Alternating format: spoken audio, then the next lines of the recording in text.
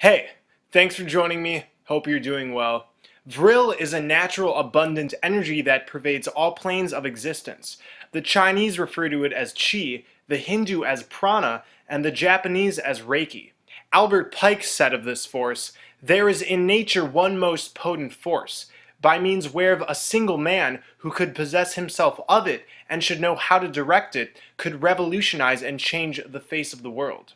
Helena Blavatsky of the Theosophical Society described this vril energy as an aether stream that could be transformed into a physical force.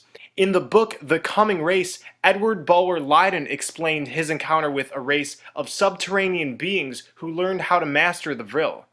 They used vril to heal, to build their societies, and to keep peace among them. It helped them achieve old healthy age, bliss, and contentment. It was harnessed energy that could be used for great purposes or for malice. It can destroy like the flash of lightning, he writes, yet differently applied, it can replenish or invigorate life, heal and preserve. So important a bond between these several communities was the knowledge of vril and the practice of its agencies. This vril had also improved all forms of life within the society. Since the vril light had superseded all other light-giving bodies, the colors of flower and foliage had become more brilliant, and vegetation had acquired larger growth. So everything in this underground civilization was enhanced with the power of the vril. The Vril Society was shortly formed after the book was published. The vril were focused not on political and monetary agendas, but on the other side, the hidden forces that power this reality. They were like the hippies of their own time. The vril maidens did not cut their hair because it helped harness vril. Many other traditions and cultures have stated that long hair can help raise creative life force, which increases vitality, intuition, and tranquility. Hair is like a spiritual antenna. So this vril energy has also been known as orgone, odic forces, and the astral light. The ancient Roman re caebile, meaning rolling astral light, is the same force that reigns everywhere. It is the mighty soul of the world, the vibrating substance which forms all creation. These names are talking about the divine feminine energy pouring out from the earth, the mother goddess. The aurora borealis is the physical light manifestation of this vril energy, the astral light. It shoots out of the center hole. It's not always visible, but it's always there, pouring out and filling our plane with this vital energy. In many photos of the aurora, it's clear that there's a singular origin of the light, one focal point where it's pouring out from. On a globe model, it might make sense that what we're looking at is just the light going around the curvature. But as we know, curvature is a myth. Once we see it for what it is, this is a light that's coming out from a source in the distance. This source is the true magnetic north, where there's a vortex where all compasses point to, in which when we pass through, we achieve everlasting life. But we're told there's 3 different North Poles. The geographic North Pole is in the Arctic, marked at the bottom of the sea by a Russian flag. The geomagnetic pole, we're told, is constantly moving due to magnetic changes. In 2001, it was near Ellesmere Island in northern Canada, and now it's somewhere in the Canadian Arctic territory. Then there's the actual North Pole, the pole that our compasses point towards. This magnetic north is said to be about 250 miles away from the geographic North Pole. I know, it's all very confusing. Technically, the North Pole is the South Pole, but let's not go there in this video, it's mostly unimportant. This is yet another drawn-out, overly complex scientific explanation we're given to confuse us and keep us in intellectual circles that seem reasonable but evade the truth. The truth is all compasses point to the magnetic mountain, Mount Meru, at the center of our plane. The 4 rivers that diverge from Mount Meru's location change their motion often, and this is what causes the tides on Earth. When you look on Google Earth and other maps, you find the actual magnetic North Pole is located somewhere in the Arctic Ocean. This is partly true, but they never show land here. There is land here, and there is a sacred mountain. In 1569, Gerhard Mercator made a map of the North Pole showing this magnetic mountain. Ancient Buddhist, Vedic, and Jain cosmologies state that at the North Pole there is a mountain, sometimes in the context of a city called Shambhala. The Puranic and Sumerian traditions speak of a Mount Sumeru. The Turkmen tribes of southern Turkestan spoke of a copper pillar that marked the navel of the earth. The Mongols wrote of Mount Sumer with the Zambu tree on its summit. I could go on, but you get what I'm saying. This mountain is throughout mythology. So these three different North Poles I mentioned earlier only exist on the premise that we live on a ball Earth that acts as a ball magnet, that has two opposing poles on either side because of a core made of molten metal. The Earth has only been drilled into for 12 kilometers and nothing can penetrate this distance. So where's the evidence of a core made of molten metal?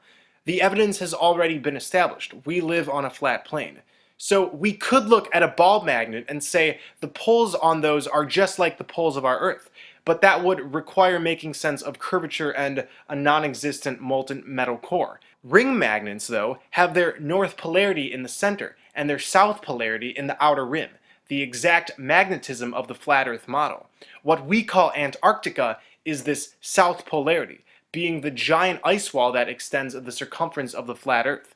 All compasses point to the center, the north polarity of our plane. This is a photo of the aurora borealis taken near the South Pole.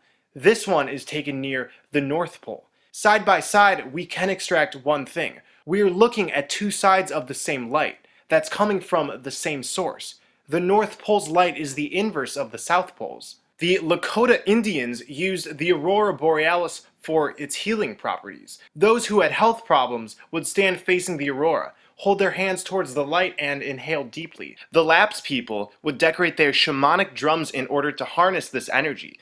These people knew about the benefits of this concentrated vril. Again, the aurora borealis is the visible part of this vril energy, but most of it isn't visually detectable. However, it pervades everything. The black sun emits this vril, this astral light. It indeed shoots out of the center, but it also emanates throughout our plane. It powers nature. It powers us. It's the sacred life force. And the Vril Society claimed this energy came from the black sun. Their symbols show the black sun, oftentimes with a lightning bolt coming out from it. This isn't specific to the Vril, however. The swastika is often intertwined in the black sun symbol. The swastika is found throughout history, and what this actually represents is the vortex we go through when we enter the center of our plane. See how it looks like a spinning vortex? The Zurscheben has been found in Nordic graves, going back 3,000 years. The swastika and black sun is everywhere. The reason the black sun symbol is seen pervading in all directions should be obvious by now. The energy from it is all around us. Our intent directs it. The energy fuels our subconscious, and this is why it's able to be used for good or bad. It's solely based on intent. For instance, when we direct positive energy and love towards plants, they grow faster and with more strength. And this is because our prana, our vril, our intent is aligned with nurturing principles. The Babylonians called Bab-Ilu the gate of God. Many say Bab-Ilu is where we get the word Babel from, hence the story of the Tower of Babel. And the Tower of Babel, as I explored in previous videos, is synonymous with Mount Meru and the vortex beyond it. Bab-Ilu, again, is the gate of God, the gateway into another world. In this piece of text I found, it says, "The sun enters Bab-Ilu, or the gate of God, at the winter solstice, and starts his journey northward. During the solstice, the sun spins in and out of the center hole, into this gate of God, and then begins its journey north from its lowest point in the sky. This is why the winter solstice contains the longest nighttime of the year." On the top of the page, we see the cross of the Ilu. There's 8 lines emanating from it. This is similar to the ancient 8-rayed symbol of the Nibiru. This symbol represents a gateway, just like the cross represents the gate of God. The Mayan Great Celestial Conjunction shows an 8-pointed star as well. We have the Dharma wheel, which represents nirvana. It's easy to overthink these symbols, but they're all telling us. The gateway to God, to heaven, to nirvana is at the center of our plane. This is the Babylonian black sun symbol, showing 8 lines. We have the Mesopotamian sun symbol, we have the ancient Shamash, and many more. And we even see 8 lines emanating from the inside of CERN. In the book Ether, God and Devil and Cosmic Superimposition, Wilhelm Reich describes the connection between orgone, another name for vril, and the aurora borealis. He also says, Orgone energy can be demonstrated everywhere. Accordingly, it penetrates everything. Check out the cover of the book. My opinion is that the illustration shows a black sun pointing energy upward. In The Astrolight by Louise A. Off, the astrolight is said to be the immortal spirit, the originator of cosmic life. In the present age, our science informs us. We perceive in the main only the lowest vibrations and inferior qualities of the astral light, because we are in the lower arc of our present cycle, and the energy of the life wave is at its ebb. Blavatsky says of Plato's method of expression that he divides the intellectual progress of the universe during every cycle into fertile and barren periods. When those circulations take place in harmony with the divine spirit, our earth and everything pertaining to it enjoys a fertile period. The occult powers of plants, animals, and minerals magically sympathize with its superior natures, and the divine soul of man is in perfect intelligence with these inferior ones. Ignoring our latent inherent forces, we drift in negative submission to the lower laws of nature, suffer deprivation, want of thought, emotion, and volition, while the precious fluid, in mute anticipation, haunts our dreamless sleep and awaits the dawning of a higher consciousness. This is an eerily beautiful passage, and it's telling us man is currently in tune with the destructive aspects of the astral light, of the vril, and nature has all along been in tune with the empowering aspects, much of which we don't detect because we vibrate at different frequencies. This is one way of answering the age-old dilemma: why doesn't man seem to blend in with his environment? We are currently on the way out of this barren cycle, and I can feel it. The age of Aquarius. These energies are on the rise, and this may be why the powers that be more than ever are trying to infiltrate our minds and hearts with as much toxicity as they can. I won't get into the accounts of concentrated vril being used by the reptilians, but know that vril is being used against us at the current moment. We can fight this misuse of vril, however, with our intent. Intent redirects this vril. By letting go and being the observer, by living from our heart, connecting with the energies around us and our own, we can start rediscovering the vril. Compared to the uses in The Coming Race, even the greatest of ascended masters have only touched the tip of the iceberg that is the power of the vril. Thank you for watching. Hope you're all doing great. I love you all.